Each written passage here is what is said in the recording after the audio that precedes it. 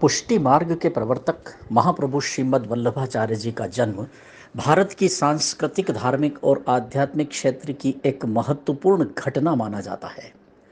आप कलयुग में कृष्ण अवतार के रूप में प्रकट हुए और भक्ति को ही मुक्ति का मार्ग बताकर आपने पुष्टि मार्ग की स्थापना की और श्री कृष्ण भक्ति के प्रति स्वयं को समर्पित किया और समाज को भी श्री कृष्ण भक्ति में समर्पित होने की प्रेरणा दी। वल्लभाचार्य जी के पूर्वज श्री यज्ञ नारायण जी भट्ट को भगवान श्री कृष्ण ने स्वप्न में यह आभास दिया था कि जब उनका परिवार 100 सोम यज्ञ पूरे कर लेगा तब वे स्वयं यानी भगवान श्री कृष्ण उन्हीं के परिवार में जन्म लेंगे। कई पीढ़ियां बीत गईं। श्री लक्ष्मण भट्ट जी ने 100वां सोम यज्ञ किया और उन्हीं की संतान के रूप में वल्लभाचार्य जी ने जन्म लिया। कहा जाता है कि उस कालखंड में आक्रांताओं का बड़ा डर देश में फैला हुआ था। विधर्मी आक्रांताओं के हमले से बचने के लिए लोग सुरक्षित जगहों पर जाने लगे।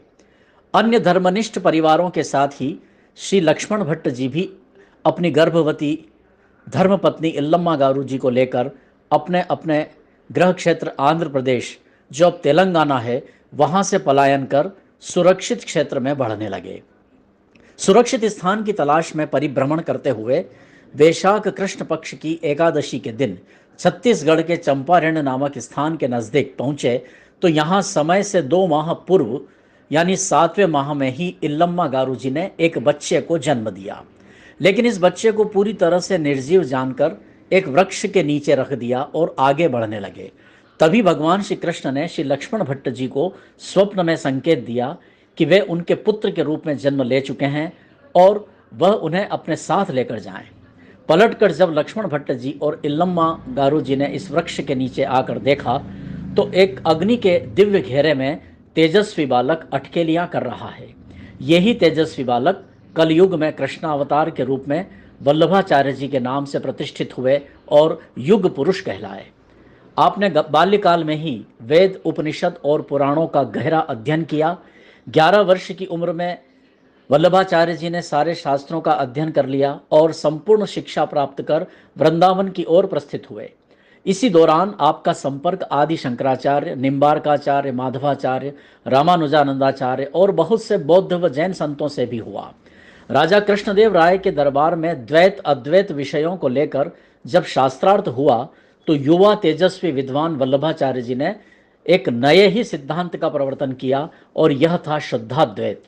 और अपने इसी तत्व ज्ञान से आपने सभी को इतना प्रभावित किया कि राजा कृष्णदेव ने उन्हें 100 स्वर्ण मुद्राएं भेंट में दी, किंतु उन्होंने केवल 7 मुद्राएं अपने पास रखीं। शेष मुद्राओं से उन्होंने मंदिर निर्माण और साधु संतों की सेवाओं में वे मुद्राएं समर्पित कर दी। वल्लभाचार्य जी ने भक्ति के मार्ग को ही मोक्ष का मार्ग बताया और सभी को भगवान श्री कृष्ण की भक्ति में समर्पित रहने की प्रेरणा दी। आपने अनेकों ग्रंथों की रचनाएं की जो संस्कृत में थीं, किंतु ब्रज भाषा में भी उनका अनुवाद किया ताकि सहज रूप से सभी समझ सकें। आपने श्रीमद् भागवत पर सुबोधनी नामक ग्रंथ की रचना की और अनेक छंदों से षोडश ग्रंथ की भी आपने रचना की। भगवान श्री कृष्ण के स्वरूप पर 8 छंदों से मधुराष्टकम के रचयिता भी वल्लभाचार्य जी ही थे। वल्लभाचार्य जी ने ठाकुर जी की आज्ञा से गृहस्थ धर्म अपनाया। आपके 2 पुत्र गोपीनाथ और विट्ठलनाथ हुए। अपने जीवन के अंतिम काल में उन्होंने अन्न जल सब त्याग दिया और काशी में गंगा तट पर ही समय व्यतीत करने लगे। सन 1531 में गंगा जी में ही वह अंतर्ध्यान हो गए। केवल 52 वर्ष की अवस्था में उन्होंने जीवन लीला को पूरा कर लिया और एक दिव्य आचार्य के रूप में प्रतिष्ठित हुए, जिन्हें युगों युगों से उनके अनुयायी पूर्णतया श्रद्धान्वित होकर मानते हैं और आज भी मान रहे हैं।